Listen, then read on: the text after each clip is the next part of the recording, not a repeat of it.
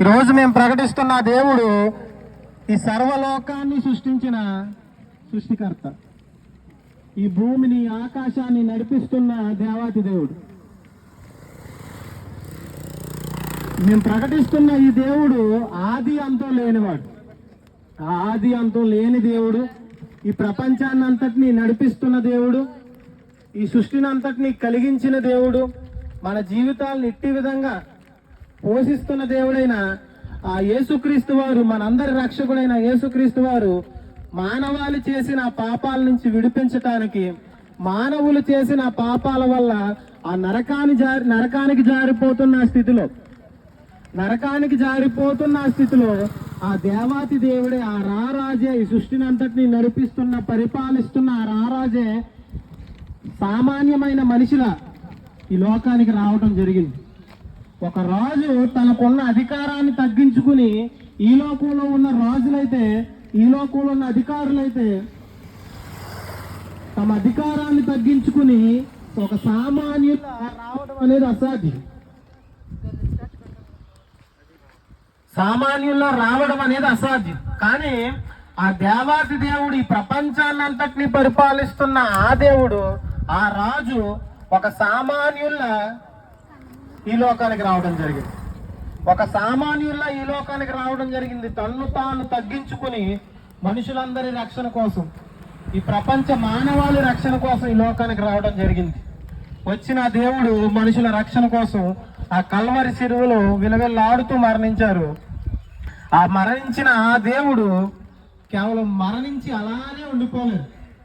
మరణించి సమాధి చేయబడి 3వ రోజు ఆయన మృత్యువుని జయించి మృత్యుంజయుడే తిరిగి లేచాడు. ఆయన తిరిగి లేచిన దేవుడు. ఈ భూమి మీద ప్రతి వ్యక్తి మరణిస్తారు, కానీ ఏ వ్యక్తి తిరిగి లేవు. కానీ ఈరోజు మేము ప్రకటిస్తున్న దేవాతి దేవుడు మరణాన్ని గెలిచినవాడు. మరణాన్ని గెలిచి 3వ దినాన తిరిగి లేచిన ఆ దేవాతి దేవుడిని మేము ప్రకటిస్తున్నాం. ఆ దేవాతి దేవుడు మరణాన్ని గెలిచి 3వ దినాన తిరిగి లేచి ఆయన ఒక మాట చెప్పారు, వెళ్తూ వెళ్తూ నేను మరలా వస్తాను, 2వ రాకల్లో మరలా మీకోసం ఈ భూమి మీదకి వస్తానని. ఆయన రాజుగా ఈ లోకానికి వచ్చారు. ఆయన ఏ పాపం చేయకుండా ఈ లోకంలో బ్రతికారు. మనుషులందరి పాపాల కోసం ఆయన మరణించారు. 2వ రాకల్లో ఆయన రారాజుగా రాబోతున్నారు. ఆకాశంలో వేవేల దూతల సమూహంతో, ఆ బూర శబ్దాలతో ఒకానొక రోజు ఆయన రాబోతున్నాడు. ఆ రాజు రాబోతున్నాడు. ఆ రాజుని ఎదుర్కోవాలంటే మనం ఆ రాజు ఇచ్చే ఆ రక్షణను పొందుకోవాలి. ఆయన రాజుగా త్వరలో రాబోతున్నాడు. ఈ ప్రపంచ మానవాళ్ళంతా ఆయన చూడబోతున్నారు. ఆ రాజు త్వరలోనే మన ముందుకు రాబోతున్నాడు. మనల్ని రక్షించిన రాజు, మనల్ని పుట్టించిన రాజు, మనల్ని పరిపాలించే రాజు. ఆ రాజు త్వరలోనే వస్తాడు. ఆయన వచ్చేసరికి మనం సిద్ధపడి ఉండాలి. ఆ రాజును మనం ఎదుర్కోవాలంటే, ఆ రాజు ముందు మనం ధైర్యంగా నిలబడగలగాలంటే మనకి రక్షణ అవసరం. ఆ రారాజు ఈ లోకానికి రావటానికి కారణం ఏంటయ్యా అంటే, మనందరినీ రక్షించడానికి వచ్చారని మనం తెలుసుకున్నాం.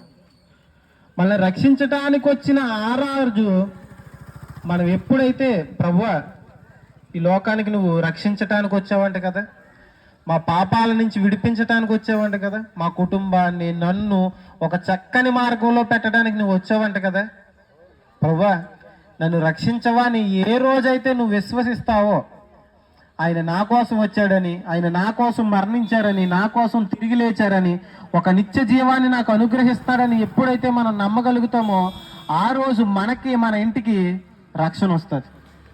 ఇప్పుడు ఒక చక్కని మార్గంలో మన కుటుంబం ఉండాలని ప్రతి ఒక్కరు అనుకుంటారు. ఇబ్బందుల్లో, ఇరుకుల్లో, కష్టాల్లో మునిగిపోవాలని ఎవ్వరు అనుకోరు. విశ్రాంతి కావాలి, నెమ్మది కావాలి అని ప్రతి ఒక్కరు అనుకుంటారు. కానీ ఈ లోకంలో విశ్రాంతి అయితే దొరకదు. మేము ప్రకటిస్తున్న ఆ రాజు, మేము ప్రకటిస్తున్న ఈ దేవుడు మనందరికీ విశ్రాంతి దయచేసే దేవుడు, మనందరినీ నిత్య జీవానికి తీసుకువెళ్ళే దేవుడు, మనల్ని పుట్టించిన దేవుడు, మనల్ని పరిపాలిస్తున్న దేవుడు, మరణాన్ని జయించిన దేవుడు, తన్ను తాను తగ్గించుకుని ఈ లోకానికి వచ్చిన దేవుడు, మనందరినీ రక్షించటానికి తన ప్రాణాన్ని సైతం అర్పించిన దేవుడు. అలాంటి దేవుణ్ణి మేము ప్రకటిస్తున్నాం. ఆ దేవుణ్ణి ఒకవేళ మీరు కలిగి లేకపోతే, ఆ దేవుని కోసం ఒకవేళ మీకు ఇంకా స్పష్టంగా తెలియకపోతే, ఈ దగ్గరలోనే మందిరాలు ఉన్నాయి, ఆ మందిరాలకు వెళ్ళండి. ఆ దేవాతి దేవుని కోసం ఇంకా స్పష్టంగా తెలుసుకునే ప్రయత్నం చేయండి. ఆ దేవాతి దేవుని కోసం ఎప్పుడైతే మనం తెలుసుకుంటామో, మన హృదయాల్లో ఆయనకి స్థానాన్ని ఇస్తామో, ఖచ్చితంగా మన జీవితాలకైనా నెమ్మది దయచేస్తారు, విశ్రాంతి దయచేస్తారు, ఒక ప్రశాంతమైన జీవితాన్ని ఇస్తారు. ఆయన ప్రయాసపడి భారం మోయిచున్న సమస్త జనులారా నా యొద్దకు రండి, నేను మీకు విశ్రాంతినిస్తానని చెప్పింది దేవుడు. ఆయన నిజంగానే ఆయన దగ్గరకు వస్తే విశ్రాంతి ఉంటుంది. ఎన్ని ఇబ్బందులున్నా, కష్టాలున్నా, బాధలున్నా, ఆ బాధల్లో కూడా మనం నెమ్మదిగా బతికేయచ్చు. ఆయన ఉన్నాడన్న ధైర్యంతో బతికేయచ్చు. అలాంటి విశ్రాంతి మన కుటుంబాలకు, మనకు కావాలంటే ఒకే ఒక మార్గం, ఆ దేవాతి దేవుడు, ఆ సృష్టికర్త అయిన మనందరి కోసం తగ్గించుకుని ఈ లోకానికి వచ్చిన దేవాతి దేవుడైన యేసుక్రీస్తు వారి దగ్గరికి రావటం మాత్రం ఒకే ఒక మార్గం. మన జీవితాలకి ఆయన నెమ్మది దయచేస్తాడు, విశ్రాంతి దయచేస్తాడు. మనం చేయాల్సిన ఒకే ఒక్క పని ఆయన అంగీకరించటం.